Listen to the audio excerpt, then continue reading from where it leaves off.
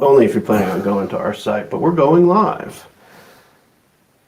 So let me turn off this overlay so people can see us. Now that's really funny. We went live and someone stopped looking at us. Why'd you move over? Because the camera. I see. You didn't set. Got it. Thought you were just trying to get nice and cozy with me or something. No. So we go live and we lose somebody watching. That's really funny. Must be you. I'm not taking responsibility for that one. I didn't do nothing. Well, you've got some bright lights on you. Yes. You're welcome to turn those down if you want Yep, to. I think I will. So, yes, we are live, but we're not at our broadcast time yet. So we really just started to say hello, and because somebody was there and I didn't want to lose them, and then we went live and we lost them. Now, remember, those are both, you're just turning down one color, Joe. I'm turning both. Okay.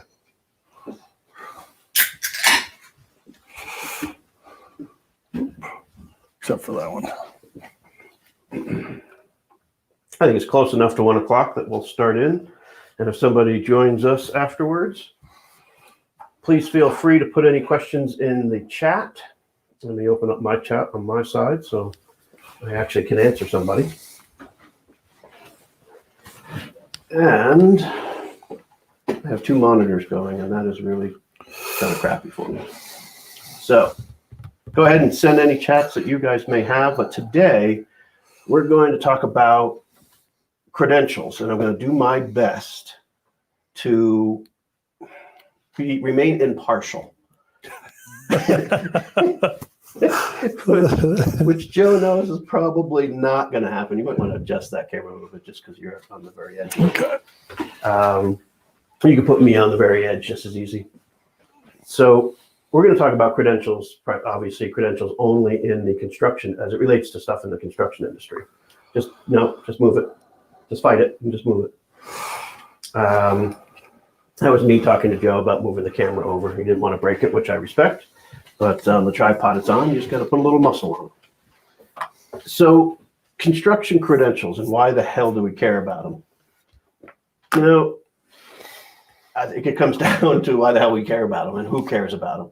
We've been doing construction training now for 10 years in a variety of different ways, for adults, for youth, for programs with WIOA funding, with programs with standard grant funding.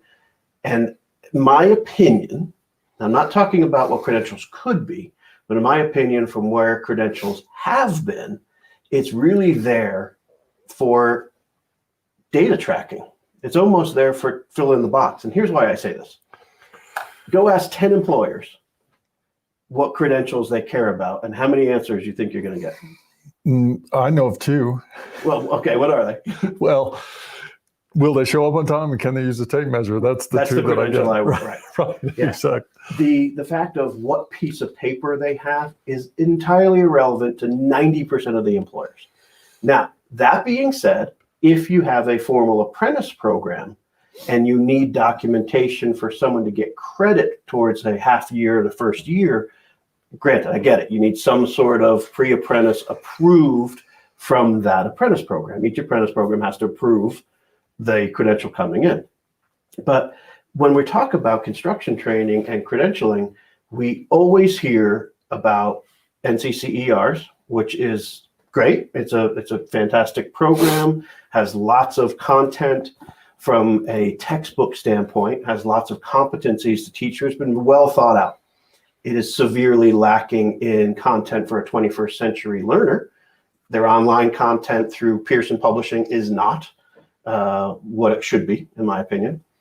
So then you have HBI, which is another credential or industry recognized credential that is often touted as a credential approved by Department of Labor, but that's really as it applies to youth build programs in that Teagle guidance letter.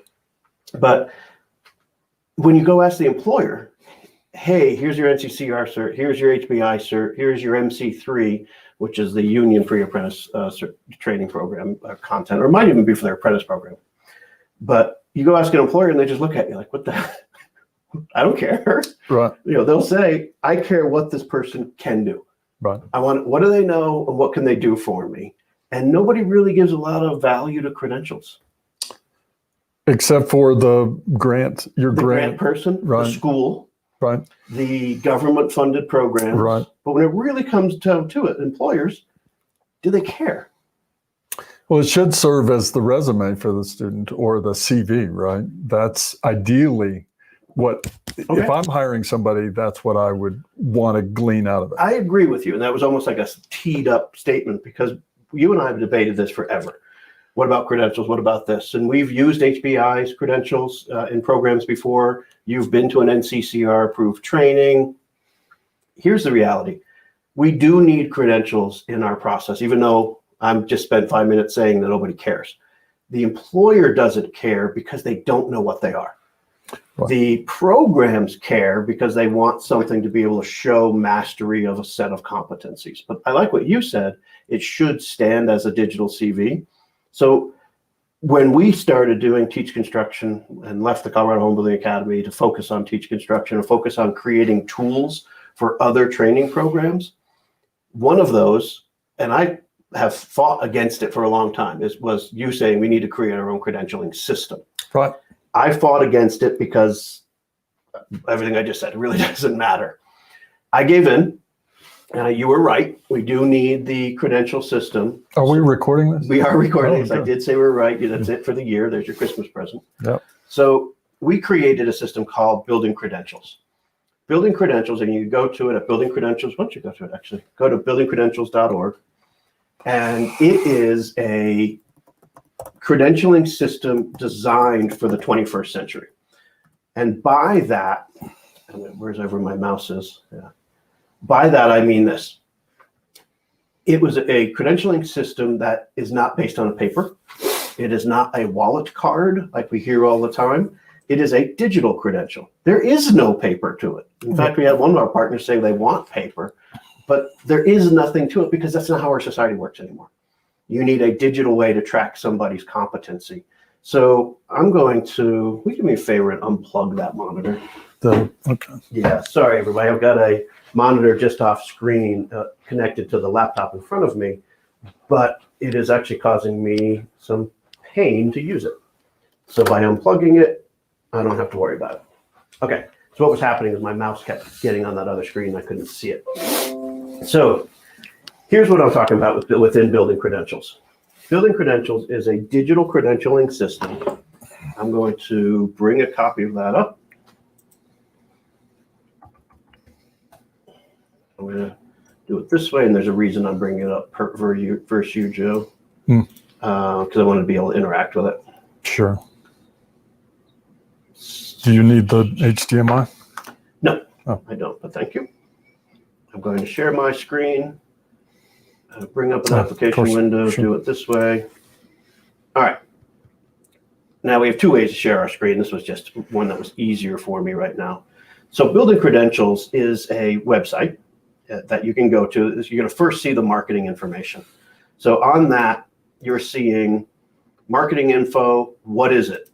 And here's what I want to talk to you about. It's a digital badge. I don't know how many in your markets have you heard about this whole fad of digital credentials, digital badging. It was running around in Colorado for, I don't know, 3-4 years. And I was one of the biggest naysayers against it. And I think it was, I didn't like the name at first. Hearing a digital badge. Were you a Boy Scout? I was. That's why. And maybe I didn't like it because of what it was connoting. You have preconceived ideas. But even if you name it something else, like a micro credential, I didn't think it was as necessary because most of the employers we work with don't care. But since everybody does care what credential it is, and I guess maybe I'm the minority, is we created a system for all of these badges to be 100% transparent on what they represent. And by what they represent, what I mean is what competency that badge represents. I'm going to make this a little bit bigger.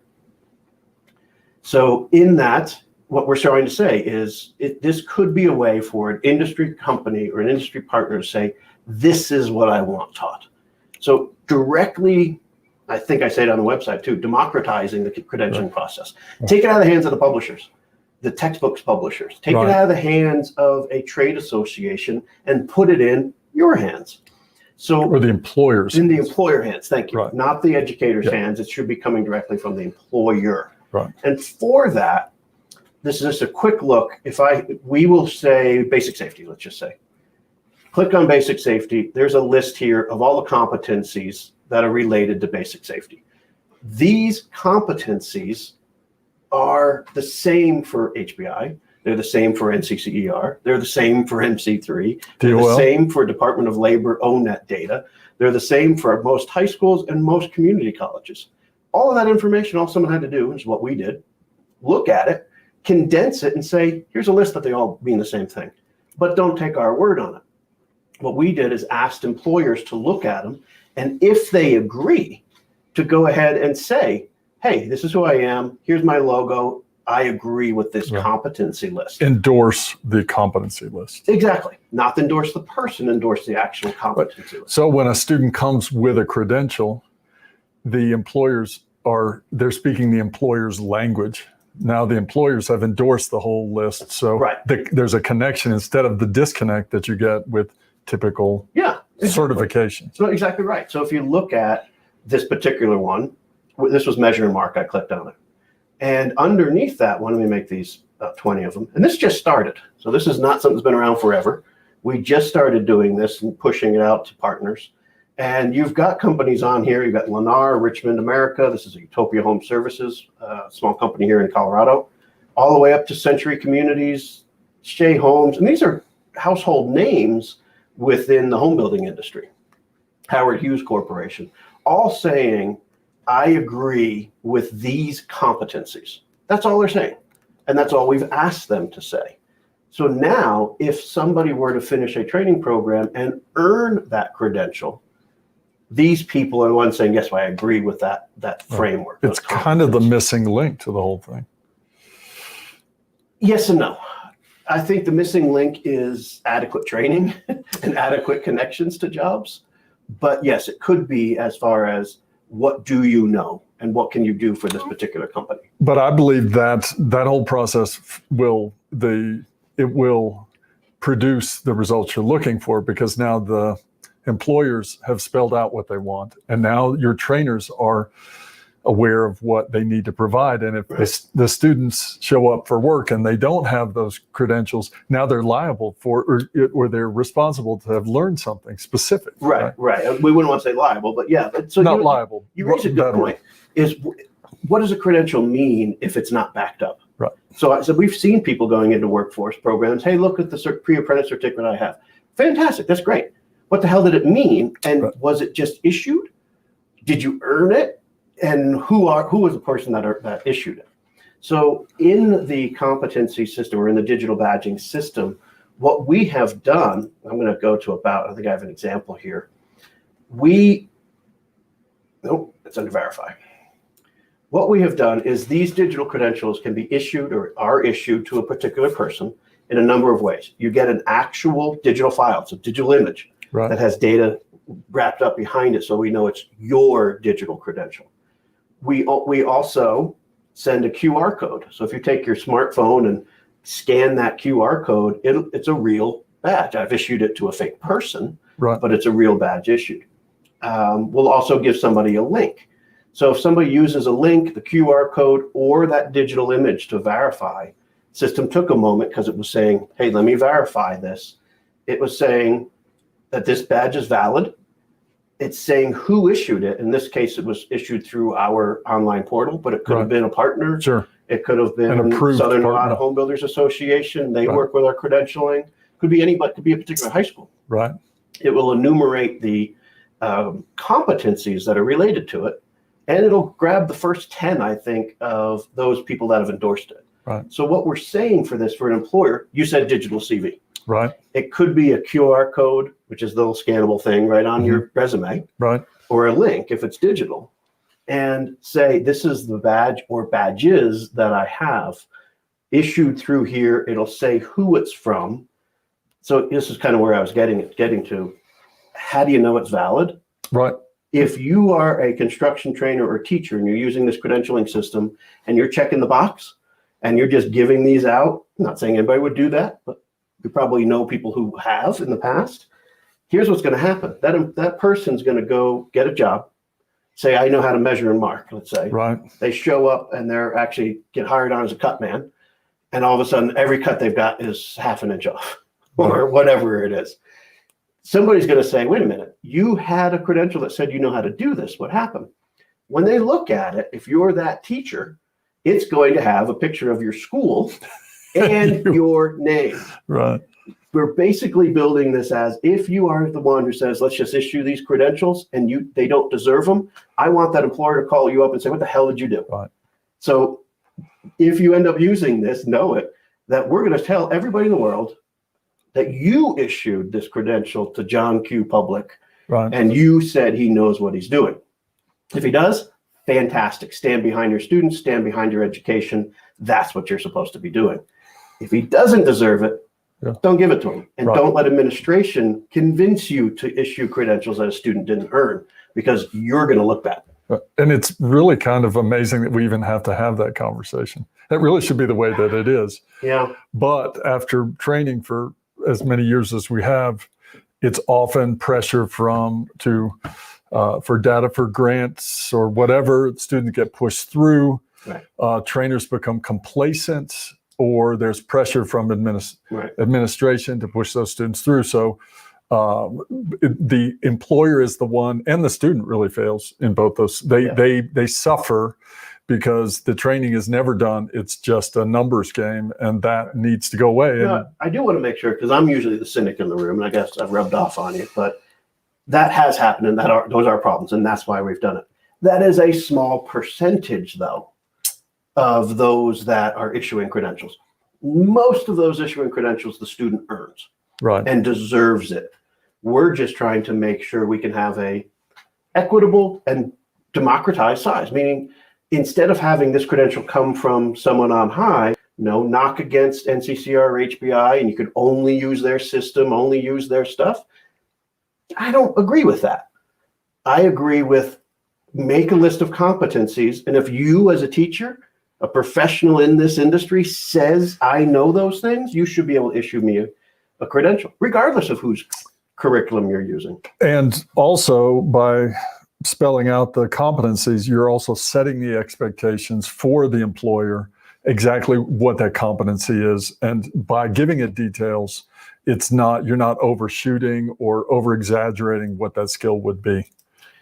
I mean, that's also, you're not only holding the trainers and the students accountable, you're also setting expectations for the employer at a reasonable level for that student's, learning experience. Yes. So anyway, we've talked around it. Let me summarize. I'm not a huge fan on credentials, because employers are always saying, and probably always will, no matter how much we try to change it, what do they know? What can they do for me? And I don't care what the piece of paper says. I mean, come on. We used to think a high school diploma meant something. And no offense to every high school out there, they don't mean darn near what they used to mean. Teach a little math and you figure that out. Exactly. Yeah, exactly. Or work with a high school graduate of the average, not the overperformers, not the IBS schools or whatever they call them, the ones who are actually coming out and say, yeah, I got my basic high school diploma. Most of them don't even know math. Basic math. Yeah. So we as a society have devalued credentials ourselves. I mean, hell, you've got, I still take classes. When I was just talking to Joe earlier, I finished a class. I took a construction materials one because we're working on a superintendent program and I wanted to know what industry or what education was teaching. And I took a surveying class because I wanted to. Thought it was really cool. In fact, we're going to interview that teacher, a wonderful woman, engineer, who is now teaching because she wants to. So she's going to be one of our interviews probably next week. But in any event, there's a lot of 4-year schools that won't accept credit from a 2-year. Right. Why is that? It is the backsliding we've been doing all of these years. So the same thing happens with credentials. Now, if we can fix it, and if we can be transparent and say, and this is exactly how we're doing that, well, right here, and say, here are the competencies. Do you agree with this? And if you do, and we're transparent of who said you do, who says you have those skills, the teacher and all that, and we all stand behind it, maybe we'll get somewhere. And it's the combination of the transparency and the accountability of the trainers or the organizations, and it is the employers in the loop, not out of the loop, right? So that's Yes. the combination of all those things. And that's exactly what we say often. We try to bring it up on the screen. What we say often to employers, and we go on this page here. It's a voice for employers to actually talk about it. Right. Sorry, I'm in the wrong page, but that's really what should be happening is review them. It's hard to talk and bring up on the screen. This is an opportunity for an employer to say, this is what I agree with. And if you look at these competencies and say, I don't agree with these, let us know. Right. Because if the majority of people say you're missing this or this shouldn't be included, we'll change them. Right, exactly. And then ask everybody again, do you agree with this change? Sure. Something that is easy, done electronically, and say, this is the voice. And it allows it to evolve as technology evolves, as trades come available that were not even invented. This new industry can come in and employers can come in, give a voice, and you have a new set of competencies for a whole new set of careers. Right. I mean, I'm spitballing there, but it's that's how it could work. Yes, right? It could. So as a teacher, if you're watching this is a system that you can use. I can even demonstrate it. Let me see if I have my username saved on this one. I do. Going to log right in. You can go in here, say, I'm going to issue this measure and marking badge. That's one I have the rights to issue. And I'm going to change the page because I almost had a student name on there. It goes to our portal, or you type them in, pull a name in, and say, I'm going to issue this badge to this person. We have a fee to them. That's a $7 fee for it. But it's cheap. Right. We're trying to keep it as cheap as we possibly can to allow the process to happen and allow a teacher's job to be easier, if you will. But that's the goal. When you were teaching, how much time did you spend making sure you hit all the competencies on a credential? Or was it just baked in? Well, it had to be baked in because we needed certification for any students that were going to graduate. So the end game was the list of competencies that I had to invent whatever materials I needed daily to get through with the students in the classroom. By the end of it, I had to sign them off on all of their, can I use the word? That dirty word, nope. SARS? Oh, nope. I can't use it. Okay, so I had to sign them off on their competencies. Right. And then they received a piece of paper and they took it to their employer, and the employer just scratched their head and said, okay, right, well, can you be here tomorrow at 6:30 or whatever? So to me, there was that disconnect, right? So I don't know if I answered your question, but... It's Joe is hesitant on the word. We don't want to do is slam any one of them that are out there from a process. We've used all the credentials. We've reviewed and used most of them. But reviewed all and used most. Sure. I'm not saying NCCR, HBI, MC3 is bad. We're not saying that at all. I'm saying they're outdated. Right. And they should have some digital way. But hell, we did it. Somebody else in HBI or NCCR, go ahead and do a digital credential. You can figure it out. You can work with us or don't. Right. I don't care. What I want to do is make it easy for a teacher to do what people are asking. And if they're asking for a student to earn an industry recognized credential, let's make that easy. Right. And what is an industry recognized credential? It's a credential that employers actually looked at. Right. And endorsed and said, I agree with this. And is easy to read, interpret, and translate into the work environment. Right. Right. Which a lot of competencies are so general that they almost miss the mark. I was always amazed at that. I'd be scratching my head. Okay, there is, I don't know. I'm trying to think of an example off the top of my head, but there would be identify tools for, the landscaping industry. Mm-hmm. And I'm thinking, I've got 20, 30 students here and none of them have expressed any interest in landscaping. Well, and yet I'm spending time in my classroom. Sometimes they get too specific. Right. We tried to be pretty general of any competency that would be across a bunch of different professional pathways. I get your point. If I'm going to be a carpenter, why do I care what a post hole digger is? Well, but that was a bad example. I think that was a bad. Some of them would be so broad. It would be it would be a general statement about framing.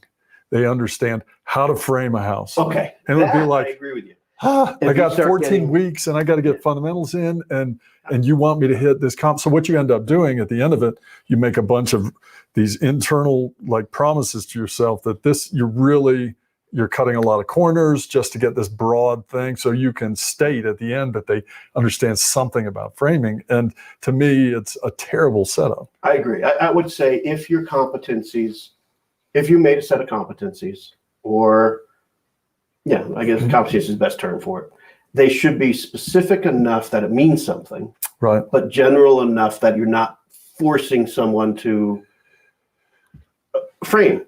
Let's say you're saying, okay, you've got to do framing and you have to stilt the sill. We don't do that anymore. Right. A lot of people still teach it that way, but that is not considered best practice in framing anymore.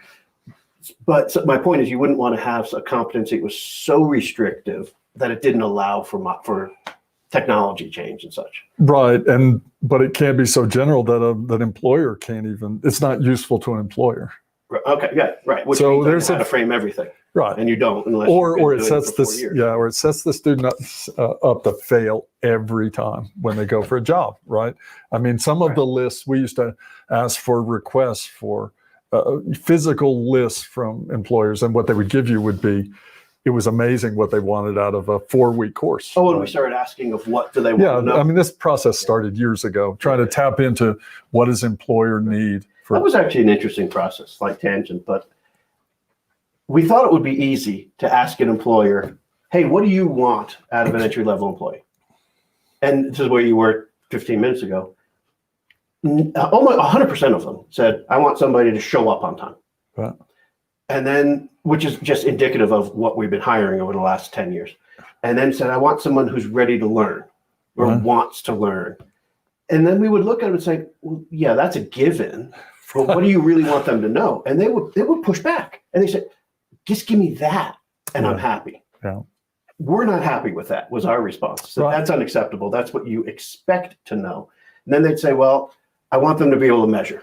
We said, well, obviously. Of course. Right. So, but what do you really want them to know? The bar is so low.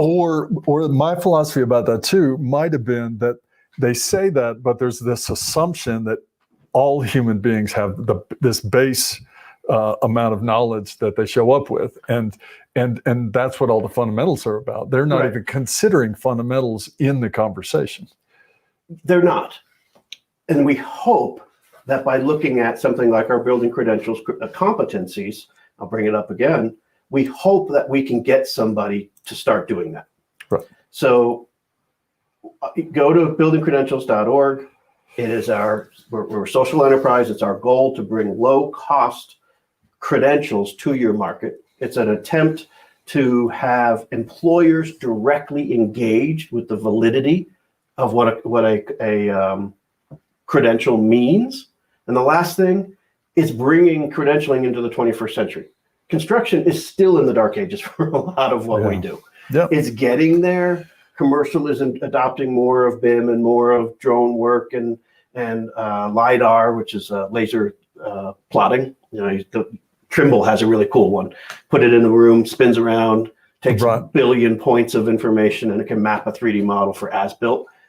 That's getting into residential a little bit, but residential, we're like cavemen. Yeah, we're in the Stone Age. So this is one attempt to bring some of that technology that students are used to using and meeting our credentialing in that process. Well, the QR code, I mean, I don't know anybody that hasn't had to deal with that this year. Well, during COVID, right? That's become almost universal. So I would not thank COVID for that. You haven't gone to a restaurant and realize you have to scan a code to figure out what you want to eat when we're allowed in restaurants. Right. Which I think it was you and I went to one first out of town. Yeah. And went to one and have a menu like, no, to scan that. And neither one of our phones were set up to scan QR codes. I think yours was, but my Android was not. I was trying to accept some of that responsibility. It was all me. It was all me. Any event, I'll edit some of this before we put it online and try to move some because we've rambled a lot and we're going to wrap in here in 2 minutes. But if you need credentials. If you're an employer, take a look. If you agree with these competencies, consider endorsing it. Go to buildingcredentials.org. If you're a school or a training program and need credentials in a credentialing system that works, meaning employers are engaged, they see that credential, they know what it means, and they believe it, credentialing works great. My whole ramp up at the beginning of this conversation was because we're not there. Right. Employers don't care. The majority of them just say, what do you know? What can you do for me? Let me hire you. But it's our responsibility to get credentialing to mean something. But make no mistake, if an employer receives a student and they have a list of things that they know and they know them, that employer will remember that. They'll actually go back to that Right. That source for employees, Right. and they will. That's how the system gets built.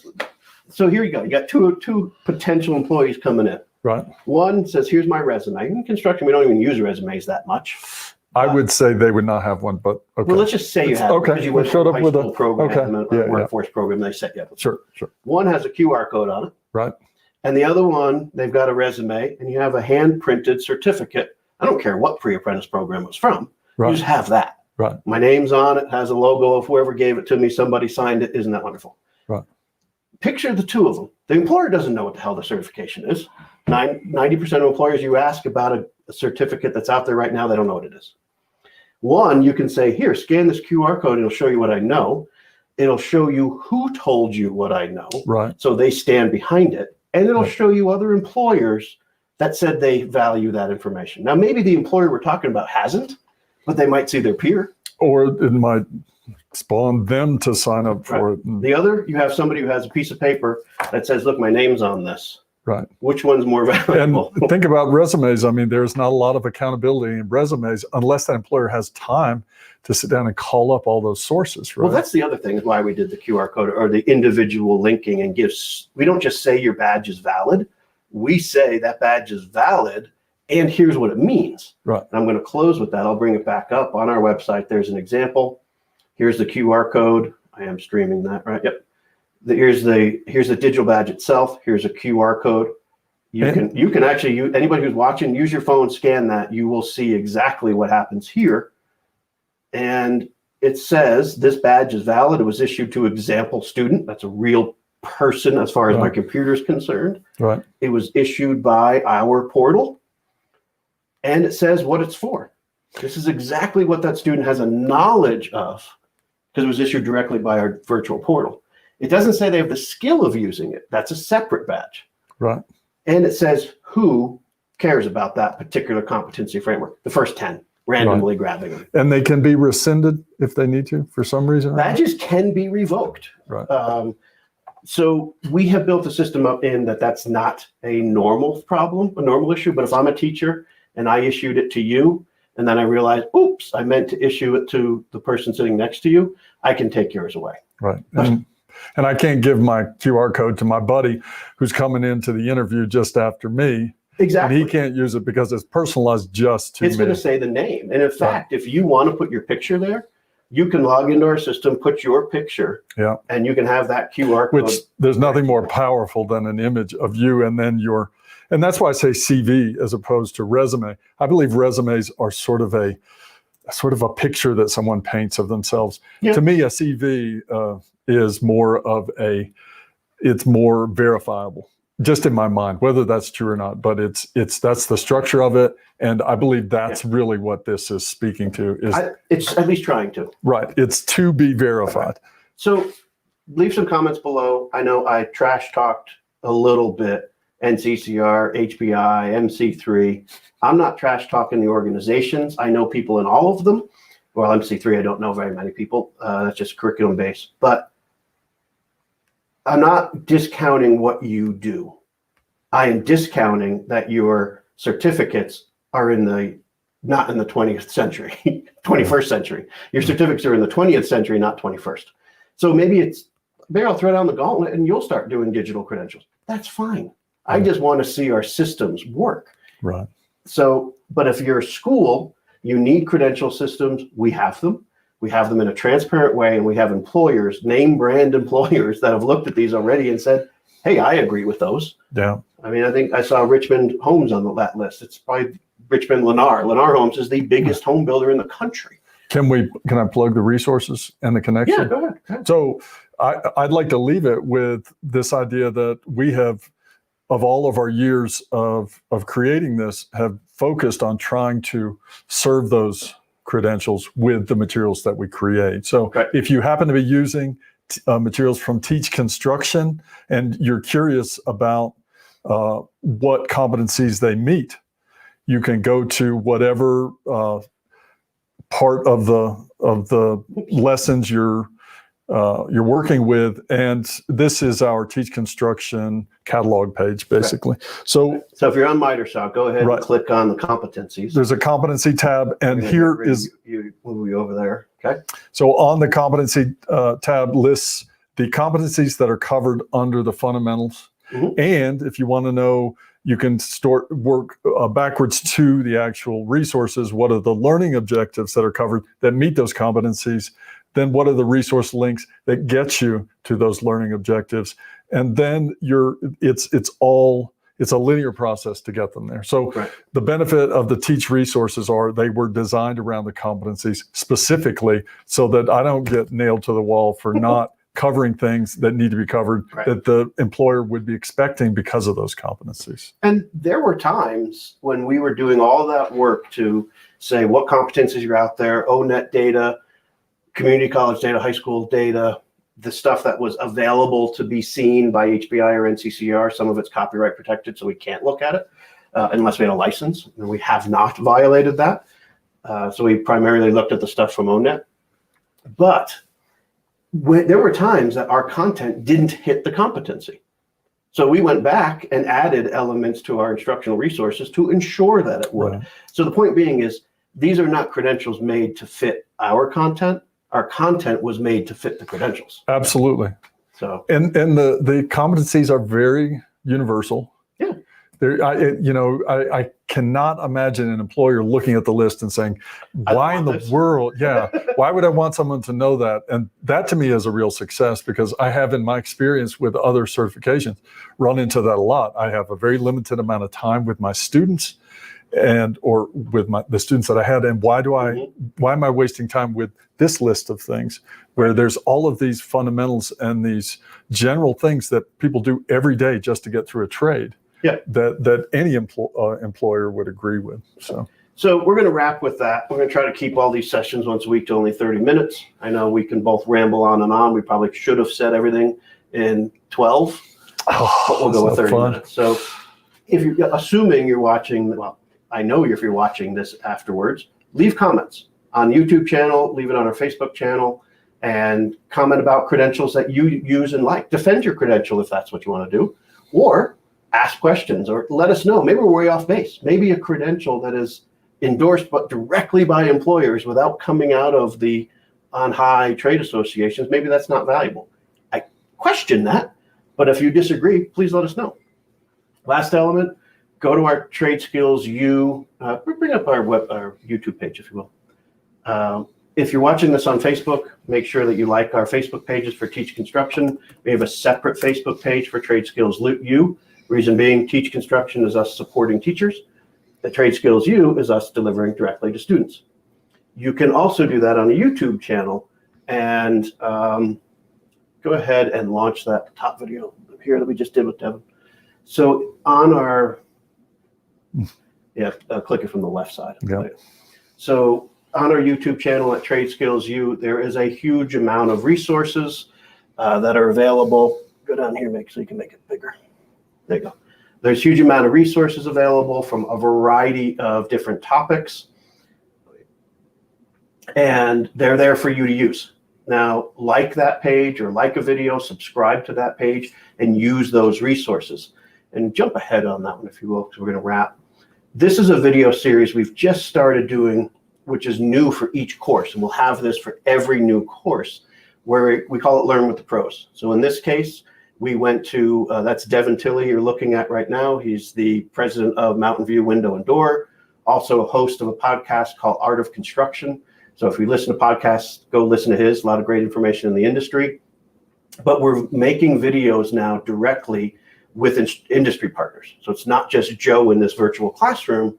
It's partners that can actually talk about what they know the most of. Right. So these videos are, as you can see on your screen right now, we're calling out right there, calling out a thermal break if the audio was on. But this is really, I'd say it augments the rest of the content we have, because you did a great install video for Windows. You did a great what is a window. This is really applying that knowledge in different sections. To me, it's all about context. So in a classroom, you can isolate, you can focus on things so that students can get that sort of that small worldview. But it's the whole thing's bigger. So without the job site visits, without the showrooms, without the professionals coming in, and also your students get another voice. I'm always a huge fan of that. So. Right. And Devin definitely lives and breathes windows and doors. So, Right. Great guy to kind of work us through that. I love that showroom. The showroom's really cool. Yeah. I do apologize. We're getting better at these videos. We are by no means a video crew. We have learned everything we've been doing by making mistakes. We don't hire a video crew. We don't hire a sound crew because they don't know the topics that we're talking about. So they don't really know how to edit anything. So we edit our own videos. We produce them all. So in here, I have the audio. Devin's really I don't do loud, anything. and you're really low, but you've got to know all the content. Right. You don't want me to No, I'm saying anything. But we'll fix that soon. We have a new way to have those audio tracks kind of separate. But if you're an audio or video or teaching online geek, feel free to reach out to me as well. Love sharing how we do things if it can help you out. Watch our other shows and and subscribe to our YouTube channels. Other than that, we're now 8 minutes over because I don't know how to stop on time. So, we're going to do these all in 40 minutes, not 30 minutes. Just this week. Right. Maybe next week will be shorter. There is a new one coming, Teach Talks. I did an interview with Anne Marie, who is the teacher. I mentioned this in our last session, who is from Pottstown, substitute teacher. So that video is going to be released probably on Monday. I'll probably edit it over the weekend and then release it. Cool interview. We've got a dozen other teachers lined up. That's kind of inspirational, I think. I didn't want to give it away. You got to watch the video. Anne is I wasn't going to give it away. She's a substitute teacher teaching construction with no construction knowledge and has a partner to help. During COVID. Yep. Woman's done a great job. So with that, we're going to wrap. Anything you want to say, Joe? Oh, no. No. Want to plug? What are we doing next? What are we filming next? Next is plumbing, and it's I love the technical trades. So electrical was a blast, and plumbing's going to be just as much fun. So look for that to come out early next year. Right. That will be our basics in plumbing. It'll cover pipes and fittings and valves and all the process to install plumbing, drains, and supply. Yada, yada, yada. Right. Basic. We're not digging right. Just like our electrical course. Right. Exactly. It's very similar to the electrical. And then we're going into more on framing. So we're going to continue our windows. We'll do a door class, followed by floor framing.